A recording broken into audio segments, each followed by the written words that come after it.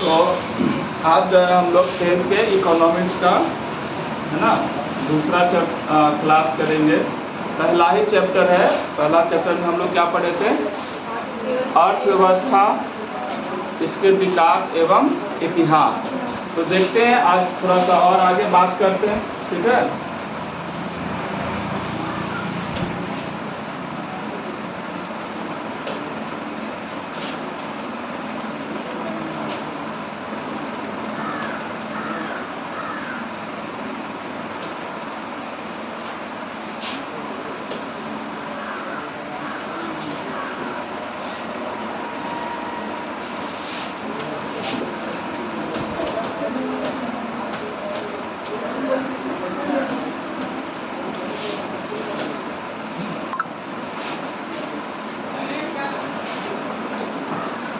थोड़ा सा एक बार रिगेन कर लेते हैं।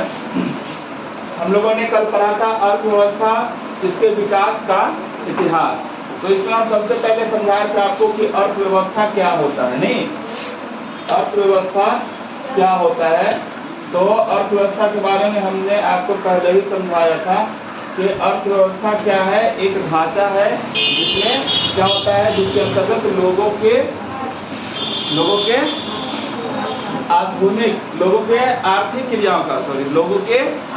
क्रियाओं का क्या होता है, अध्ययन किया जाता है।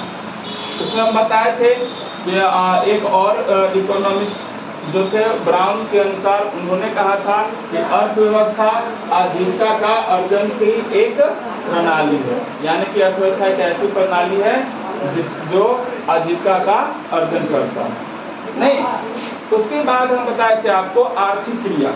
आर्थिक क्रिया क्या होता है कि वे सभी क्रियाएं जिससे हम लोग क्या करते हैं, आय करते हैं, नहीं इनकम करते हैं, तो वे सभी आर्थिक क्रिया है। आर्थिक क्रिया में हम आपको बताए थे एग्जाम्पल के तौर पे कृषि, उद्योग, मछली पालन, ये बहुत सारा चीज है। नहीं, उपनिवेश, उसके बाद है आपको बताए थे उपनिवेश।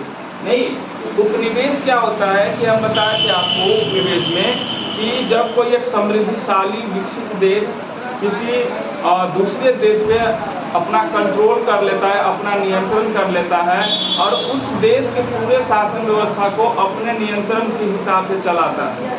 नहीं, तो जिस देश पे नियंत्रण होता रहता है तो वो देश उपनिवेश कहलाता है। शासित देश मतलब शासक देश का, जो शासित देश होता है, शासित देश का मतलब हुआ कि जिस देश पे आधिपत्य कायम किया हुआ होता है, उस देश पर जो शासन करता रहता है उसका वो उपनिवेश होता है। हमने एग्जाम्पल के तौर पे सबसे बड़ा उदाहरण बताया था हमारा ही कंट्री भारत देश जो है लगभग 200 साल तक किसका, ब्रिटिश सरकार का यानी कि अंग्रेजों का गुलाम रहा। दैट मीन्स इसका मतलब क्या हुआ कि भारत जो है वो ब्रिटिश सरकार का उपनिवेश था। भारत जो है ब्रिटिश सरकार का क्या था, उपनिवेश था। इसमें कोई कंफ्यूजन? कितना सौ साल तक, लगभग 200 साल। उसके बाद हमने आपको पढ़ाया था अर्थव्यवस्था की संरचना, नहीं स्ट्रक्चर ऑफ इकोनॉमी। तो हमने बताया था आपको कि भारतीय अर्थव्यवस्था की संरचना को 3 भागों में बांटा गया है कि नहीं। भारतीय अर्थव्यवस्था की संरचना को कितने भागों में बांटा गया है? 3 भागों में बांटा गया है। पहला है प्राथमिक क्षेत्र, द्वितीय क्षेत्र और तृतीय क्षेत्र। तो प्राथमिक क्षेत्र में क्या होता है कि वह क्षेत्र जिसमें प्राकृतिक संसाधनों का, कौन से संसाधनों का, प्राकृतिक संसाधनों का प्रयोग करके उत्पादन की क्रिया किया जाता है। यानी कि प्राकृतिक संसाधन का ही प्रयोग किया जाता है और उससे कोई भी वस्तु का उत्पादन किया जाता है, तो वो क्या कहलाता है, प्राथमिक क्षेत्र। और सबसे मुख्य रूप से किसको कहा गया है प्राथमिक क्षेत्र? कृषि को।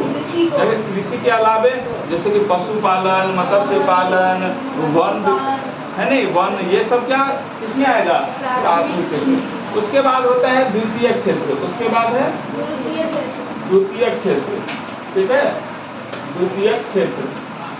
तो द्वितीय क्षेत्र में क्या है कि वैसा क्षेत्र जिसमें प्राथमिक क्षेत्रों से, किस क्षेत्रों से, प्राथमिक क्षेत्रों से वस्तु को दूसरे अन्य, ये अन्य हो जाएगा, यहाँ पे क्या होगा,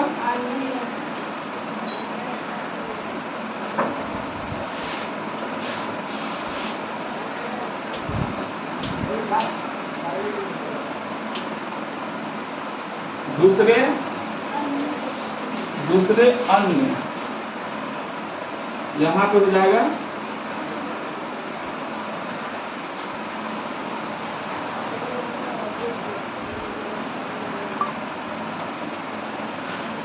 अन्य, दूसरे अन्य। थोड़ा सा देख लेते हैं।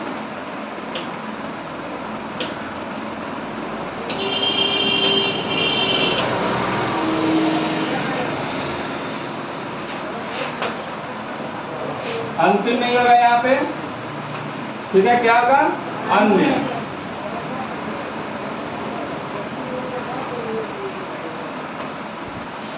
ठीक है, अन्य प्रकार में परिवर्तित किया जाता है, यानी कि जो भी प्राथमिक क्षेत्र से प्राप्त वस्तु होता है उसको हम लोग अन्य प्रकार में, उसको अगर हम लोग विभाजित कर देते हैं, दूसरे तरह से उसके काम उत्पादन को जो है परिवर्तित कर देते हैं, तो वो क्या कहलाता है?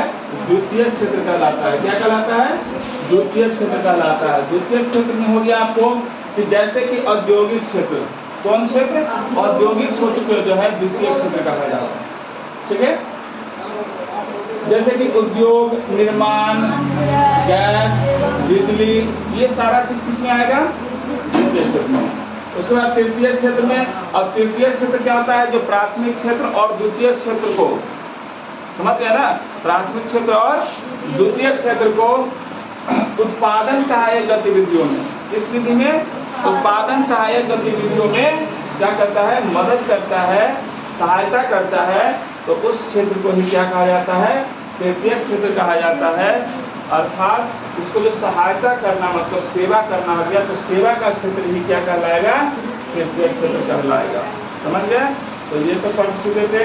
हमने आपको थोड़ा सा और आगे पढ़ाया था राष्ट्रीय आय में विभिन्न क्षेत्रों का योगदान। राष्ट्रीय आय में विभिन्न क्षेत्रों का योगदान, यहाँ से आपका क्लास जो है फिर इम्पोर्टेंस है, यहाँ से आपका आज का क्लास शुरू होता है। देखिए, राष्ट्रीय आय में विभिन्न क्षेत्रों का योगदान। राष्ट्रीय आय जो है हमारे देश का जो इकोनॉमी इनकम है ना, तो वो किस क्षेत्र से, हम अभी 3 क्षेत्र पढ़े हैं भारतीय अर्थव्यवस्था में, 3 क्षेत्र से इनकम स्रोत आता है, इकोनॉमी बढ़ता है। तो पहला क्षेत्र था प्राथमिक क्षेत्र, लेकिन प्राथमिक क्षेत्र में कृषि, पशुपालन, वन्य मत्स्य पालन, मतलब बहुत सारा ये सब जो प्राकृतिक निर्भर होता है। तो उसके हिसाब से जो है क्या आ जाएगा? प्राथमिक क्षेत्र के हिसाब से अगर हम देखें, प्राथमिक क्षेत्र के हिसाब से, तो प्राथमिक क्षेत्र में वर्ष 1901 में, कब? वर्ष 1901 में जो है क्या किया गया? इसका सर्वे किया गया, तो पाया गया कि 1901 में ये 63.6% जो है इनकम जो है, आय जो है वो किससे आया था? राष्ट्रीय आय वो प्राथमिक क्षेत्र से आया था। किससे आया था? प्राथमिक क्षेत्र से। वहीं द्वितीय क्षेत्र की बात करें तो 1901 में 12.7, कितना आया था? 12.7% आय जो था वो 1901 में द्वितीय क्षेत्र से आया था, और तृतीय क्षेत्र से 23.7 वर्ष कितना में? 1901 में। तो आपसे पूछेगा कि 1901 ईस्वी के सर्वेक्षण के अनुसार बताइए कि भारत में है कि नहीं प्राथमिक क्षेत्र कितना प्रतिशत आय दिया? क्या बोलेंगे? कितना बोलेंगे? 63.6%। अगर हम पूछ देगा कि द्वितीय क्षेत्र ने कितना परसेंट योगदान दिया, तो 12.7, और तृतीय क्षेत्र में कितना दिया? 23.7। तो कुल मिला के जो वर्ष 1901 ईस्वी में जो भारत का आय परसेंट रहा वो तीनों क्षेत्र से इस तरह से। अगर वही हम बात करें, उसके बाद किया गया 1947 में। कब किया गया? 1947 ईस्वी में जब किया गया तो प्राथमिक क्षेत्र से कितना आय हुआ परसेंट? 58.7%। वही द्वितीय क्षेत्र से कितना हुआ? 14.3, और तृतीय क्षेत्र से कितना हुआ? 27.0। यानी कि जो वर्ष जब 1947 में इसका जब आय निकाला गया तो पता चला कि अब 1947 में प्राथमिक क्षेत्र का योगदान था 58.7%, वहीं द्वितीय क्षेत्र का था 14.3% और तृतीय क्षेत्र का था 27 नहीं तो। और फिर उसके बाद फिर निकाला गया 2007 में, जब 2007 में राष्ट्रीय आय में विभिन्न क्षेत्रों का योगदान निकाला गया तो उसमें फिर पाया गया कि अब जो है प्राथमिक क्षेत्र का भागीदारी सिर्फ कितना परसेंट रह गया, 22%। द्वितीय क्षेत्र का भी कितना रहा, 22%। और तृतीय क्षेत्र का कितना हो गया, 56 नहीं। तो अब इससे क्या पता चलता है कि हमारा जो इकोनॉमी, जो उत्पादन क्षेत्र था, प्राथमिक क्षेत्र जो प्राकृतिक संसाधनों से जो प्रदत्त था, तो उसका यहाँ देखिए हर बार ये क्या हुआ, इसका इकोनॉमी नीचे की तरफ गिरता चला गया नहीं। द्वितीय क्षेत्र ने भी अपना बढ़ोतरी किया, तृतीय क्षेत्र ने भी किया, लेकिन यहाँ पे अब प्राथमिक क्षेत्र की बात करें, जो प्रकृति पे निर्भर वाला जो भी संसाधन रहा उसमें थोड़ा सा गिरावट आया। तो कहीं ना कहीं टेक्निकली जो है लोग विकसित कर रहा है और नेचर को थोड़ा सा हानि पहुंचा रहा है, इसलिए नेचर अपना रुख बदल रहा है, जैसे कि इस समय से वर्षा नहीं हो रही है नहीं। तो कहीं न कहीं साइंस जहाँ डेवलप की ओर बढ़ रहा है तो वहाँ कहीं न कहीं प्रकृति की छेड़छाड़ हो रही है और प्रकृति अपना परिवर्तन कर रही है, क्योंकि नेचर जो है वो हमेशा परिवर्तनशील है, अगर वो अपने आप को भी बैलेंस होना चाहती है। खैर चलिए हम लोग आगे बढ़ते हैं। अब इसमें कोई कंफ्यूजन है? अगर पूछ देगा आपको बताइए कि 1947 में प्राथमिक क्षेत्र कितना प्रतिशत योगदान दिया आय में भारत में? 58.7। ये सब आपको याद रहना चाहिए, ठीक है। ऑब्जेक्टिव इसका बनता है। चलिए अब ये पूछता है एग्जाम में, खूब पूछता है, कब से पूछता है, बिहार बोर्ड के एग्जाम में कब से पूछता है। अर्थव्यवस्था के प्रकार, ठीक है, ये बहुत ही इंपॉर्टेंट क्वेश्चन है आप लोगों के लिए। अर्थव्यवस्था के प्रकार, अर्थव्यवस्था के देखिए विश्व में निम्न 3 प्रकार की अर्थव्यवस्था पाई जाती है। पूरे वर्ल्ड में अगर हम बात करें तो 3 तरह से अर्थव्यवस्था पाई जाती है। कितने तरह से? 3 तरीका से। अब उसमें 3 प्रकार है क्या? तो 3 प्रकार की जो अर्थव्यवस्था में है, पहला जो है वो पूंजीवाद अर्थव्यवस्था है। क्या है? पूंजीवाद अर्थव्यवस्था। पूंजीवाद से मतलब क्या है आपको कि वैसा अर्थव्यवस्था या वह अर्थव्यवस्था जहां उत्पादन के साधनों का स्वामित्व मतलब मालिक, स्वामित्व मतलब मालिक निजी व्यक्तियों के पास होता है। किसके पास होता है? कोई निजी व्यक्ति के पास होता है। समझ में आया? या अगर हम दूसरा तरीका से इसी का डेफिनेशन देना चाहे तो हम बोल सकते हैं कि वह क्षेत्र जिसमें, ठीक है, परिसंपत्तियों का स्वामित्व और सेवाओं का वितरण एक व्यक्ति या कंपनी, एक व्यक्ति या एक कंपनी के हाथ में होती है। यानी कि पूंजीपतिवाद, जो पूंजीवाद अर्थव्यवस्था है उसमें आप सिंपल समझे तो पूंजीवाद में जिस व्यक्ति का जो अपना कंपनी है वो पूरा सिस्टम को वो अपने अकॉर्डिंग चलाएगा, निजी संपत्ति के आधार पर चलाएगा, उस पर सिर्फ उसी का स्वामित्व होगा, उसका ही मालिक होगा। समझ गए ना? जो समाज वो अपना बिजनेस करेगा, जैसे कि कोई अपना दुकान खोला, बहुत बड़ा कपड़ा का दुकान खोला, तो उस पर कोई दूसरा आदमी का संपत्ति, सरकार का कोई निजी ये दबाव नहीं होगा, वो आदमी का अपना बिजनेस होगा। समझ गए? तो अर्थव्यवस्था, पूंजीवाद अर्थव्यवस्था वही होता है कि वह अर्थव्यवस्था जहाँ उत्पादन के साधनों का स्वामित्व मतलब मालिक, अधिकार, ठीक है ना, निजी व्यक्तियों के पास होता है। समझ में आ गया? कोई दिक्कत इसमें? कोई दिक्कत? चलिए अगर हम एग्जाम्पल के तौर पे समझे तो अमेरिका में बात कर ले, ठीक है, अमेरिका में बात करें, अमेरिका में, जापान में, ऑस्ट्रेलिया में, यहाँ हर जगह जो है पूंजीवादी अर्थव्यवस्था है। क्या है? कहाँ कहाँ पूंजीवादी अर्थव्यवस्था है?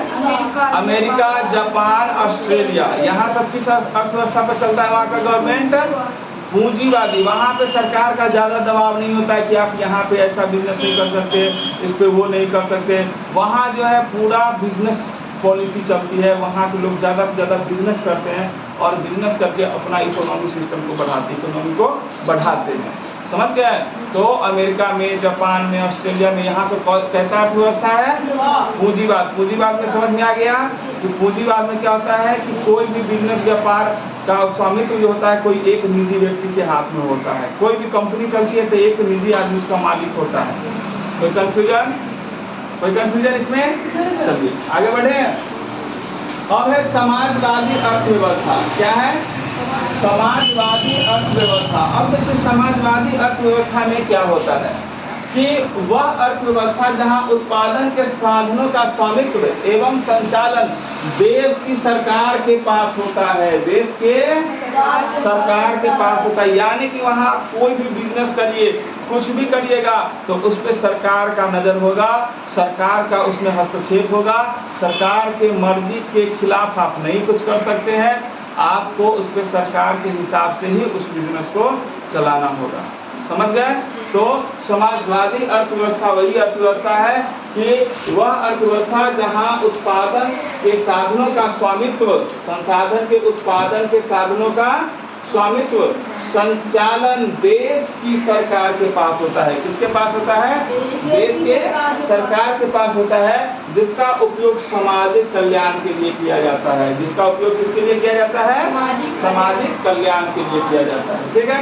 या हम इसी को दूसरा शब्दों में समझे तो कह सकते हैं कि जिसमें अधिकांश परिसंपत्तियों पर सरकार का स्वामित्व होता है। किसका होता है स्वामित्व?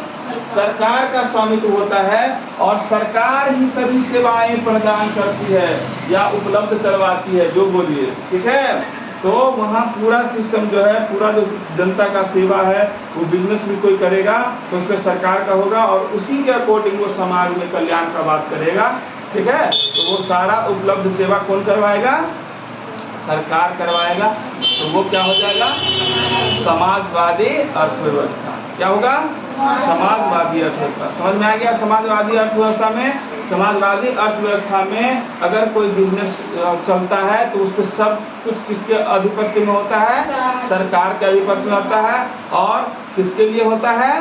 समाज के कल्याण के लिए होता है कि नहीं? वहाँ के पब्लिक के सेवा के लिए होता है। समझ में आ गया? कोई कंफ्यूजन? अब ऐसा अर्थव्यवस्था कहाँ है? तो हम चीन में है। कहाँ है? चीन में है।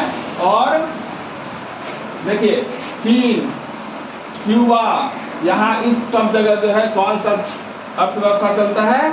समाजवादी अर्थव्यवस्था। कोई कंफ्यूजन?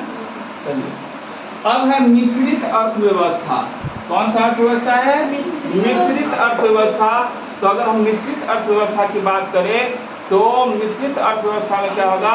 जिसमें पूंजीवादी अर्थव्यवस्था और समाजवादी अर्थव्यवस्था दोनों अर्थव्यवस्था को मिला देंगे, उस दोनों के तरफ से काम होगा। कुछ काम पूंजीवादी अर्थव्यवस्था की तरह होगा, कुछ काम समाजवादी अर्थव्यवस्था की तरह होगा। दोनों को मिक्स करके जो देश में चलेगा तो उस देश का अर्थव्यवस्था कहलाएगा मिश्रित अर्थव्यवस्था। यानी कि पूंजीवाद तथा समाजवादी अर्थव्यवस्था का मिश्रण क्या कहलाएगा? मिश्रित अर्थव्यवस्था। जैसे कि हमारा भारत हो गया, फ्रांस हो गया, यहाँ दोनों, जैसे कि यहाँ बिजनेस भी कोई कर सकता है, अपना कर सकता है ना, और बहुत सारा सरकारी क्षेत्र भी है कि नहीं?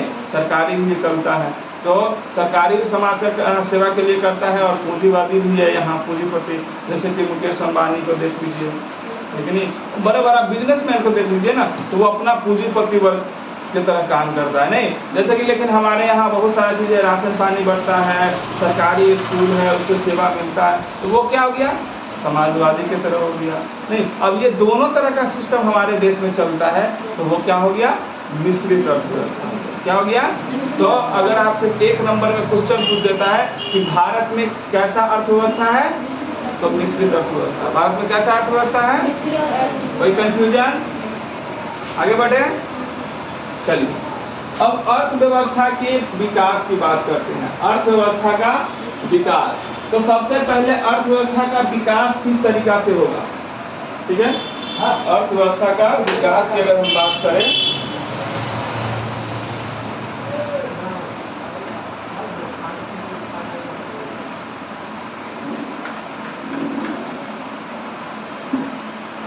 देखिए, अर्थव्यवस्था का विकास, सबसे पहला पॉइंट है आर्थिक विकास।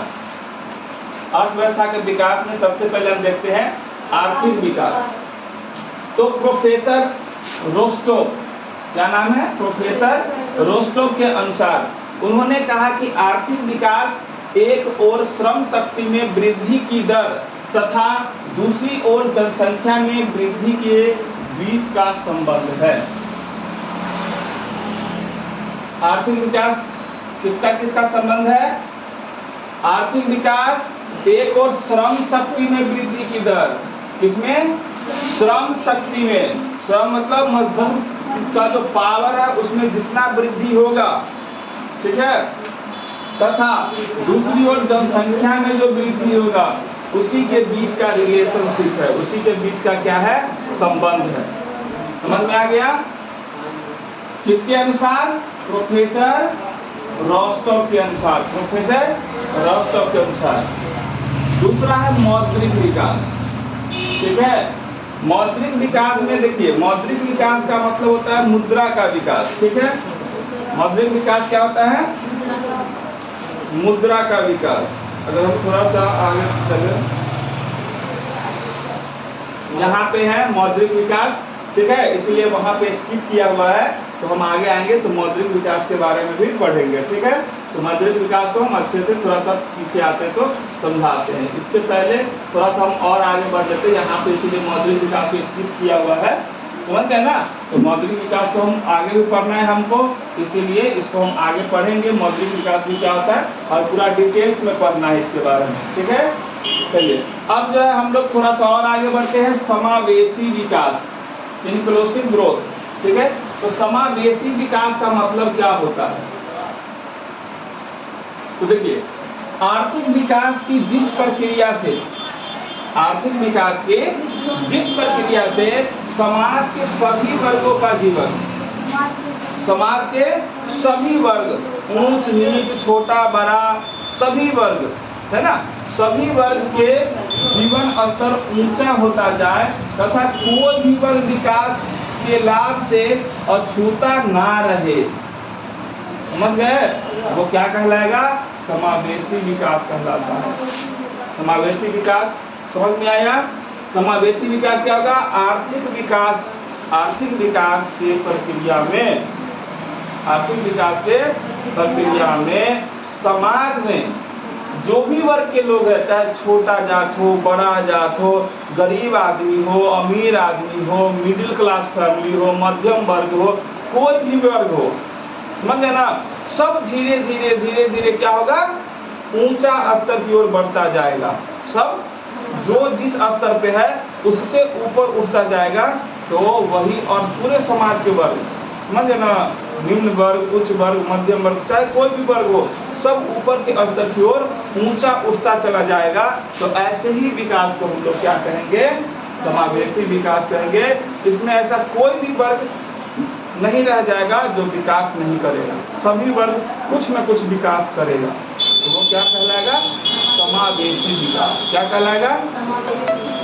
ये सब आएगा आर्थिक विकास के अंतर्गत। किस विकास के अंतर्गत? आर्थिक विकास के अंतर्गत। उसके बाद है सतत विकास। उसके बाद जो है सतत विकास, ठीक है। तो सतत विकास क्या होता है? Sustainable development. तो ब्रूंडलैंड जो है एक देश, जगह का नाम है ब्रूंडलैंड, सॉरी ब्रूंडलैंड जो है जगह का नाम बोला गया। ब्रूंडलैंड जो है एक इकोनॉमिस्ट थे, है ना। उन्होंने कहा, ब्रूंडलैंड के अनुसार उन्होंने कहा कि विकास की वह प्रक्रिया जिसमें वर्तमान की आवश्यकताएं बिना भावी पीढ़ी को देखे अपनी योग्यताओं से समझौता किए पूरी की जाती है।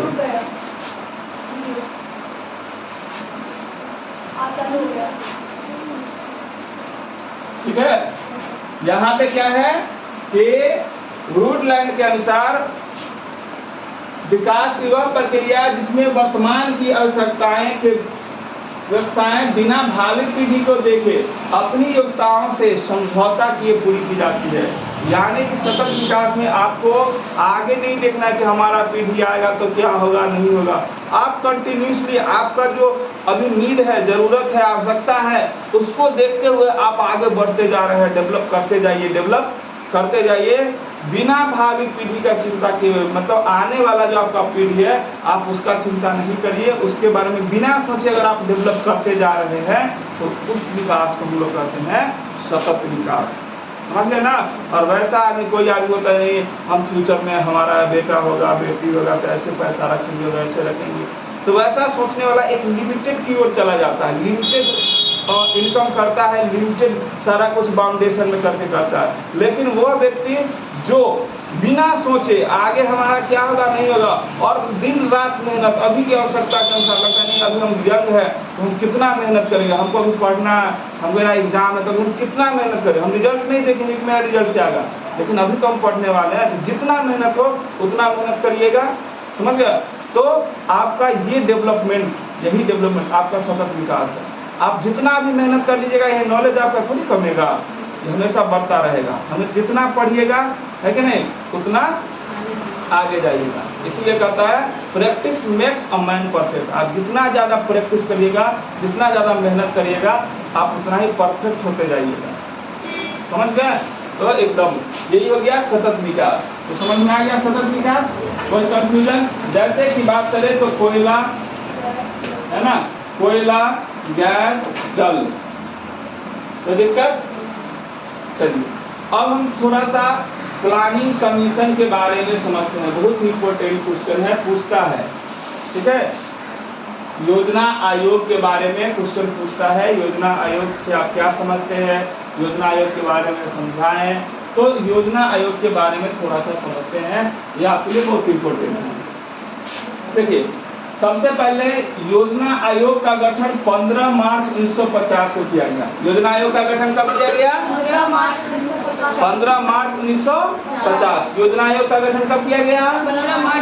15 मार्च 1950 को किया गया था, जो आने वाले 5 वर्षों के लिए आर्थिक विकास की योजना बनाता है। क्या करता है? आने वाला जो 5 वर्ष है ना, उसका क्या करता है? आर्थिक विकास का योजना बनाता है। समझ गए किस तरीका से हमारा आर्थिक डेवलपमेंट होगा। समझ गए। तो योजना आयोग का गठन कब हुआ? 15 मार्च 1950 को। कितना वर्षों के लिए? 5 वर्षों के लिए बनाया जाता है। तो किसके लिए बनाया जाता है? आर्थिक विकास के योजना बनाता है। समझ में आ गया। देखिए इसका अध्यक्ष भारत के प्रधानमंत्री होता है। योजना आयोग का अध्यक्ष कौन होता है? भारत के प्रधानमंत्री। योजना आयोग का अध्यक्ष कौन होता है?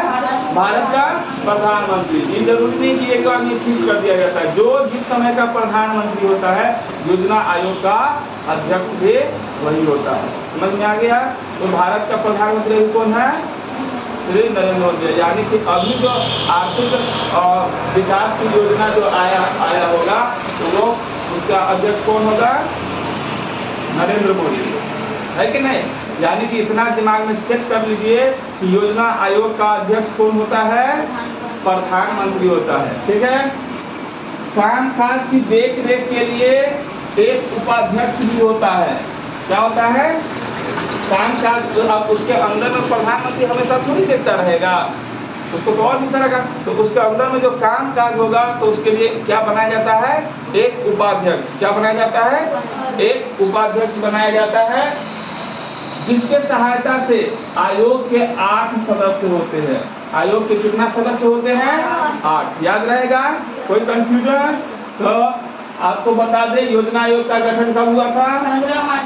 15 मार्च 1950 को। नहीं, 15 मार्च 1950 को। कितना वर्षों के लिए? आने वाले 5 वर्षों के लिए। जो आने वाला 5 वर्ष होता है उसके लिए बनाया जाता है। इसका अध्यक्ष कौन होता है? भारत का प्रधानमंत्री होता है। और देख रेख के लिए एक उपाध्यक्ष भी होता है, और जिसकी सहायता से आयोग के कितना सदस्य होते हैं? आयोग के कितना सदस्य होते हैं? एकदम याद रहेगा ये सब। चलिए भारत में पहली पंचवर्षीय योजना, भारत में पहली पंचवर्षीय योजना कब से कब तक? 1951 से 1956 तक थी। भारत के लिए पहला पंचवर्षीय योजना कब से बना था? 1951 से 1956। एकदम याद रखना है सब। भारत में पहली पंचवर्षीय योजना 1951 से 1956 तक। अच्छा, 1 जनवरी 2015 को योजना आयोग के स्थान पर नीति आयोग बनाया गया। अब देखिए, ये भी पॉइंट आपके लिए नया याद रखना है कि 1 जनवरी 2015 को, कब? 1 जनवरी 2015 को योजना आयोग के स्थान पर कौन सा आयोग बनाया गया है? नीति आयोग। इसका मतलब नीति आयोग समझ जाइएगा, योजना आयोग ही है नहीं। योजना आयोग के जगह पे अब कौन सा आ गया है? नीति आयोग। ठीक है। योजना आयोग के प्रथम अध्यक्ष कौन थे? जवाहरलाल नेहरू। क्योंकि भारत का पहला प्रधानमंत्री पंडित जवाहरलाल नेहरू था। समझ गए? तो पंडित जवाहरलाल नेहरू ही प्रथम, है ना, अध्यक्ष के रूप में थे। किसके? योजना आयोग के प्रथम अध्यक्ष के रूप में कौन थे? पंडित जवाहरलाल नेहरू। क्यों थे? क्योंकि भारत का प्रथम प्रधानमंत्री कौन थे? पंडित जवाहरलाल नेहरू। कोई कंफ्यूजन? चलिए, अब देखिए, भारत में आर्थिक विकास का श्रेय नियोजन को ही दिया जाता है। किसको दिया जा सकता है? नियोजन को दिया जा सकता है। भारत में आर्थिक विकास का श्रेय किसको दिया जा सकता है? नियोजन को। कोई कंफ्यूजन? चलिए, अब थोड़ा सा और आगे बढ़ते हैं। कहते हैं आर्थिक नियोजन। अब हमारा इकोनॉमिक प्लानिंग क्या है, आर्थिक नियोजन क्या है? ठीक है। तो आर्थिक नियोजन का अर्थ एक समयबद्ध कार्यक्रम के अंतर्गत पूर्व निर्धारित सामाजिक एवं आर्थिक उद्देश्यों की प्राप्ति के लिए अर्थव्यवस्था में उपलब्ध संसाधनों का नियोजित समन्वय एवं उपयोग करना है। क्या करना है? नियोजित समन्वय एवं उपयोग करना है। यानी कि आर्थिक नियोजन का अर्थ जो है एक समयबद्ध, एकदम टाइम बाउंडेशन के कार्यक्रम के अंतर्गत कोई भी प्रोग्राम हो एकदम टाइम के अकॉर्डिंग एकदम टाइम सेट होगा और पूर्व निर्धारित, यानी कि पहले से ही इसका निर्धारण किया गया होगा सामाजिक एवं आर्थिक उद्देश्यों की प्राप्ति के लिए। किसके लिए? सामाजिक, हमारे समाज, और किसके लिए? आर्थिक उद्देश्यों के प्राप्ति के लिए अर्थव्यवस्था में उपलब्ध, जो हमारा इकोनॉमी में उपलब्ध संसाधन का नियोजित समन्वय एवं उपयोग करना। तो कंफ्यूजन? अब है राष्ट्रीय विकास परिषद। क्या है?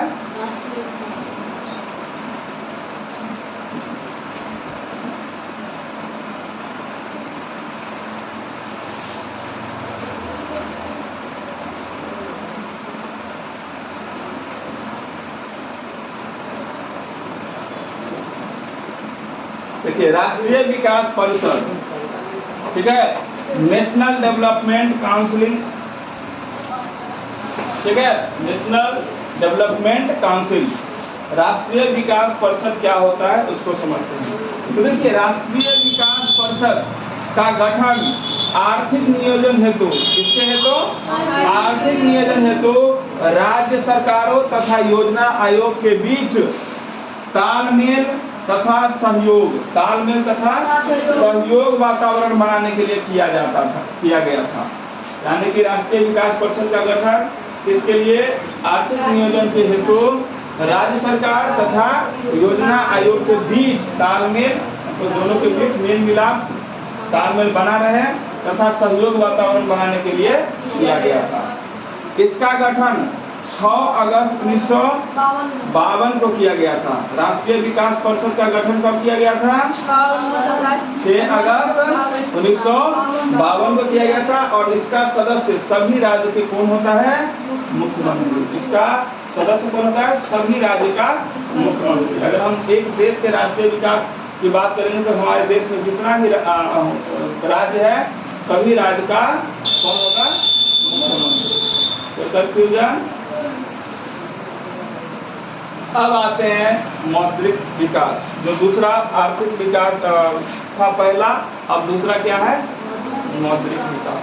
तो मौद्रिक विकास को समझते हैं। मौद्रिक विकास क्या होता है? ठीक है। तो देखिए सबसे पहले मौद्रिक विकास, मुद्रा का विकास हुआ कैसे, है ना। मुद्रा हम लोग किसको बोलते हैं, पैसा। आज समय में तो पैसा ही है, पैसा। तो पहले मुद्रा प्रणाली जो है आज वो कैसे विकसित करता गया, नहीं। तो सबसे पहले क्या था कि पहले का मुद्रा मौद्रिक विकास जो आज हुआ है, आज जो चल रहा है, तो सबसे पहले क्या था, वस्तु विनिमय प्रणाली था। क्या था, वस्तु विनिमय प्रणाली। वस्तु विनिमय प्रणाली में क्या था, नाम से ही पता चलता है, वस्तु, वस्तु का मतलब कोई सामान, विनिमय, विनि का मतलब होता है, विनिमय का मतलब होता है लेन देन। क्या होता है, मतलब आदान प्रदान, ठीक है। और प्रणाली का मतलब होता है सिस्टम, यानी कि वस्तु से वस्तु का लेन देन।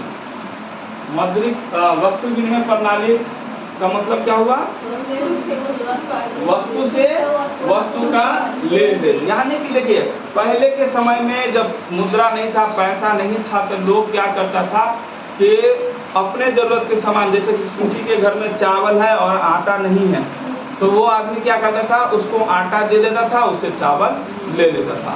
हम लोग जब छोटे छोटे थे तो हम लोग भी ऐसा करते थे। बर्फ वाला आता था गांव में डमरू बजाते हुए, ऐसे टन आते हुए, नहीं, और डमरू बजाता था तो हम लोग क्या करते थे, हम लोग के छत पे ना चावल, धान, गेहूँ सब पसारा होता था, मतलब चाहे दरवाजे पे या देखे इधर उधर कोई नहीं है, उधर बजा रहा है, चाहे देखते रहे घर के आदमी के, हम जाए घर में घुसे, तो लड़का के सिखा दिए इनमें भर और लेके चल हम अवैसी, घर के आदमी को देखते रहे कोई निकल तो नहीं रहा, अब बस उठाया लेके पार, है कि नहीं। तो कहने का मतलब ये हो गया, वस्तु हम एक सामान दिए और वो एक सामान दिया, तो ये क्या कहलाएगा, वस्तु विनिमय प्रणाली, ठीक है। समझ में आया बात, वस्तु विनिमय प्रणाली। दूसरा आया मौद्रिक प्रणाली। क्या आया, अब मौद्रिक का मतलब जैसे कि हम लोग पैसा से नहीं, मुद्रा से वस्तुओं एवं सेवाओं का विनिमय करते हैं, मतलब लेन देन करते हैं। जैसे हम पैसा देते हैं तो हमको गेहूँ भी खरीद लेते हैं, पैसा देते हैं तो चावल भी खरीद लेते हैं, पैसा देते हैं तो दाल भी खरीद लेते हैं, नहीं। तो मुद्रा से ही अब हम वस्तु का लेन देन करने लगे। हम मुद्रा लेकर जाते, पैसा लेकर जाते, तो कोई भी जो सामान खरीदना है वो सामान खरीद लेते हैं, तो ये क्या कहलाएगा, मौद्रिक प्रणाली। कोई कंफ्यूजन। उसके बाद आया बैंकिंग प्रणाली। कौन सा प्रणाली आएगा,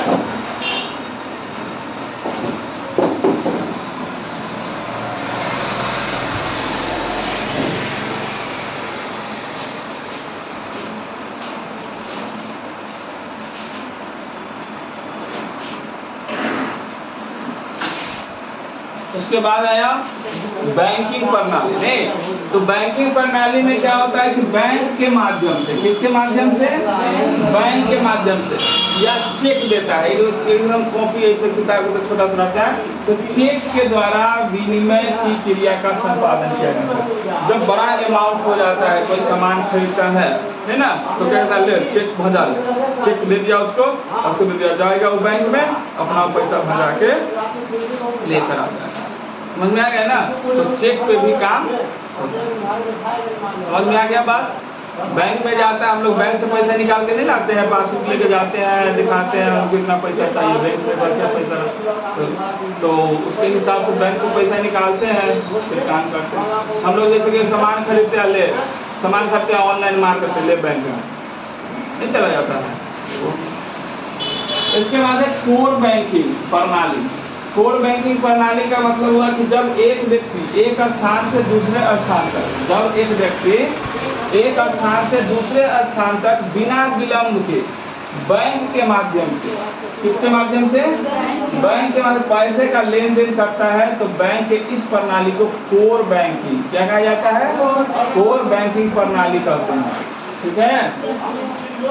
बिना एक स्थान से दूसरे स्थान तक बिना विलंब के बैंक के, जैसे कि अब हम यहाँ पे बैठे हुए हैं, अब भाई को जरूरत होगा पटना में पैसा का, बोलेगा भैया पैसा भेजिएगा 1000, अच्छा ठीक है, बस यहाँ पर ये अब भेज दिए, नहीं बिना, तो बैंक के माध्यम से चला गया, हम यहाँ अपने बैंक से ट्रांसफर कर दिए उसके अकाउंट में।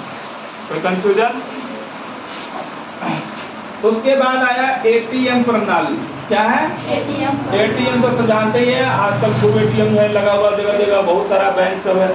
तो एटीएम क्या होता है? एक प्लास्टिक के एक छोटे कार्ड पर, एक प्लास्टिक का ही कार्ड होता है, उसमें अंकित सूक्ष्म संकेत के आधार पर कहीं भी तथा किसी भी समय निर्धारित बैंक केंद्र से पैसे निकालने की सुविधा प्रदान करता है। क्या करता है? पैसा निकालने के सुविधा प्रदान करता है एटीएम। हम लोग एटीएम जाते हैं, जहाँ भी देखते हैं जहाँ पे एटीएम किस जगह पे होता है, नहीं एटीएम एक जगह पे होता है और वहाँ पे हम जाते हैं, एटीएम लगाते हैं और एटीएम से पैसा निकाल लेते हैं। ये नहीं है कि हम कहीं से भी निकाल लेंगे, जहाँ पे बैंक का एक एटीएम सिस्टम फिक्स किया होता है वहीं से जाके निकालते हैं। कोई कंफ्यूजन? और कैसा होता है? एक प्लास्टिक का कार्ड होता है, उसमें बहुत सारा संकेत रहता है, नहीं चिप तरह से लगा रहता है, उसमें घुसाते हैं तो उसको पहले स्कैन करता है, तब आपका नाम लिखा कर आएगा उसमें, और तब आपको उसमें शो करेगा ये 500 का नोट है, कितना निकालना है आप डाल कीजिएगा। 5 के मल्टीपल से 500 के मल्टीपल से 2000, 1500, 3000, अगर 500 लिखा रहेगा उसमें तो समझ गए ना, तो उसके अकॉर्डिंग आप डालिएगा और फिर आप अपना उसका फिर एक पिन होता है, तो अपना पिन जनरेट किया होता है, उस पिन के को फिर मांगेगा आपका पासवर्ड और वो पिन डालिएगा और आपका पैसा निकल के आएगा। उसके बाद है डेबिट कार्ड। क्या है? Debit card. अब देखिए डेबिट कार्ड में जो होता है ना, वो बैंक उसको प्रदान करता है, जो खाताधारी होता है ना, जो बैंक में अकाउंट खोला है, तो वो बैंक उसको क्या करता है? बैंक के द्वारा दिया गया प्लास्टिक कार्ड, जिसके द्वारा बैंक में अपनी जमा राशि के पैसों का उपयोग करना होता है। यानी कि डेबिट कार्ड के माध्यम से जो वो अपने बैंक में पैसा जमा किया हुआ है, उस पैसे का इस्तेमाल कर सकता है। ठीक है। और एक होता है क्रेडिट कार्ड। क्या होता है? Credit card. क्रेडिट कार्ड भी बैंक के द्वारा ही दिया गया एक प्लास्टिक कार्ड के आधार होता है, जिसके आधार पर उसके धारक यानी कि जो बैंक में अपना अकाउंट खुलवाए होता है, तो जो कार्डधारी होता है उसके द्वारा पैसा अथवा वस्तु प्राप्त कर लेना होता है। यानी कि हम क्रेडिट कार्ड के माध्यम से क्या करते हैं? क्रेडिट कार्ड के माध्यम से कोई सामान खरीद लेते हैं। हमारे पास जेब में पैसा नहीं है लेकिन अकाउंट में पैसा है, या नहीं भी है मेरे अकाउंट में ना, तो क्रेडिट कार्ड पे विश्वास बन गया हुआ बैंकों की पैसा हमको डाल देगा बैंक में, तो क्या करेगा? क्रेडिट कार्ड अगर आपको दे दिया है तो क्रेडिट कार्ड का लिमिट होता है फर्स्ट टाइम 50,000 का, 60,000 का, जितना का बैंक आपको दे, तो उतना का सामान आप बिना पैसा के खरीद सकते हैं। लेकिन आपको धीरे धीरे उसमें पैसा उतारना होगा, पैसा उसमें डालना है। तो ये था मौद्रिक प्रणाली का चलन। समझ में आ गया? तो आर्थिक विकास की प्रणाली और मौद्रिक विकास की प्रणाली समझ में आ गया आप लोगों को? कोई कंफ्यूजन है इसमें? अब है आर्थिक विकास की माप एवं सूचकांक। आर्थिक विकास की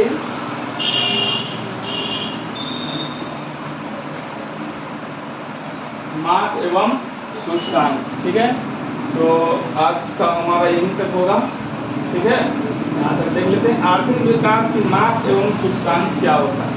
सबसे पहले इसमें हम लोग समझते हैं जो टॉपिक होगा राष्ट्रीय आय। क्या? राष्ट्रीय आय। राष्ट्रीय का मतलब हो गया देश, नेशन, राष्ट्र, और आय। तो सिंपल बात है कि हम अपने राष्ट्र की आय के बारे में सोचें, हमारा देश का इनकम क्या है। तो देखिए राष्ट्रीय आय, किसी देश में राष्ट्रीय आय हम लोग कैसे निकालते हैं, कैसे समझते हैं कि राष्ट्रीय आय कितना हुआ, तो डिफिनेशन से आपको पूरा समझ में आ जाए। देखिए किसी देश में एक वर्ष की अवधि में, किसी देश में एक वर्ष की अवधि में उत्पादित सभी वस्तुओं एवं सेवाओं के मौद्रिक मूल्य के योग, किसके? मौद्रिक मूल्य के योग को राष्ट्रीय आय कहा जाता है। क्या कहा जाता है? तो कंफ्यूजन है? किसी भी देश में एक वर्ष मतलब हर वर्ष निकलेगा उसका पता चलता है। एक वर्ष में उत्पादित जितना भी चीज उत्पादन हो रहा है सभी वस्तुओं एवं सेवाओं, यानी कि हम अगर बात कर ले तो प्राथमिक क्षेत्र, द्वितीय क्षेत्र और तृतीय क्षेत्र, सब चीज को मिलाकर समझ गए ना, पूरा मौद्रिक योग के राष्ट्रीय आय कहा जाता है। जिस देश का राष्ट्रीय आय अधिक होता है वह देश विकसित कहलाता है। जिस देश का राष्ट्रीय आय सबसे अधिक होता है वो क्या कहलाता है? विकसित देश। और जिस देश का राष्ट्रीय आय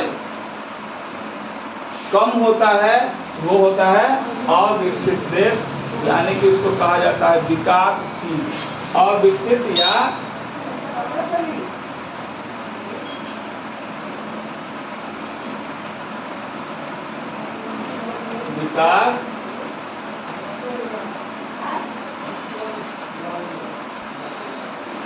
विकासशील,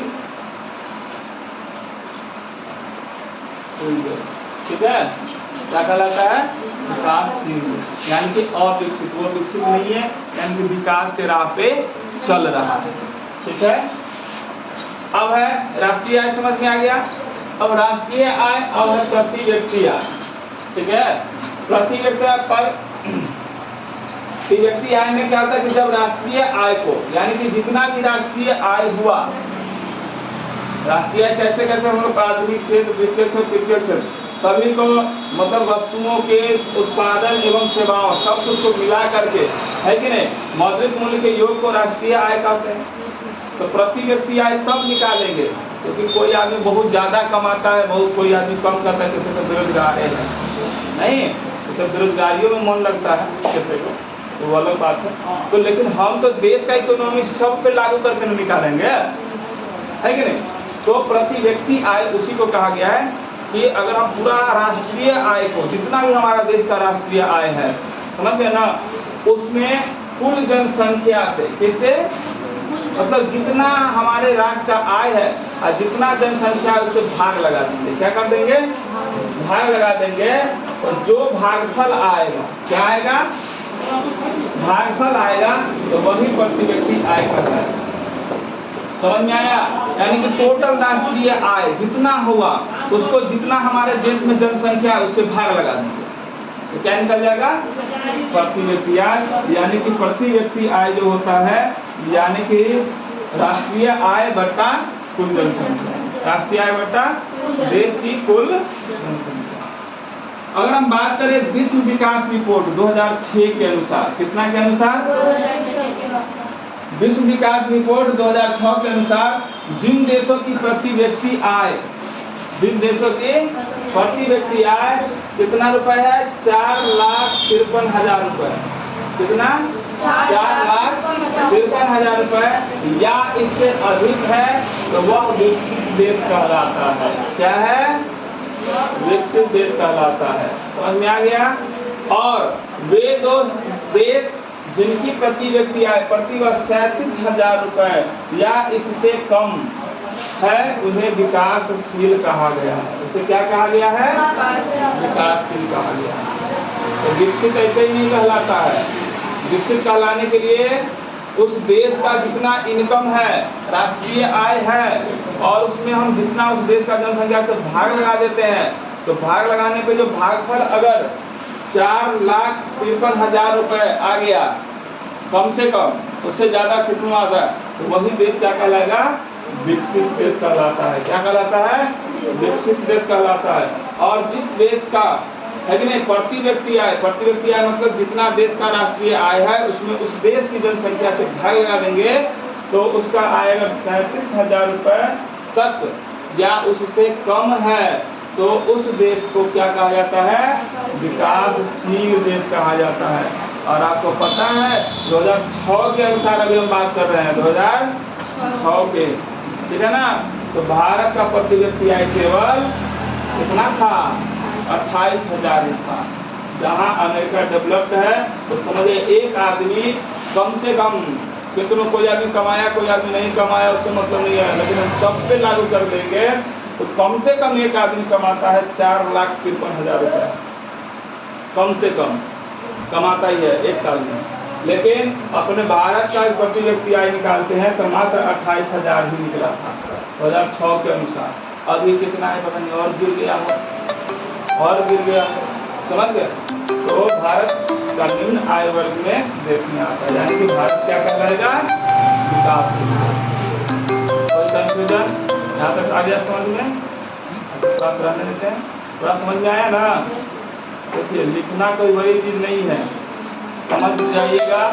आप NCERT का क्वेश्चन कर लीजिएगा अपना व्यवहार का एकदम। कोई कंफ्यूजन? क्लास समझ में आया ना? ठीक।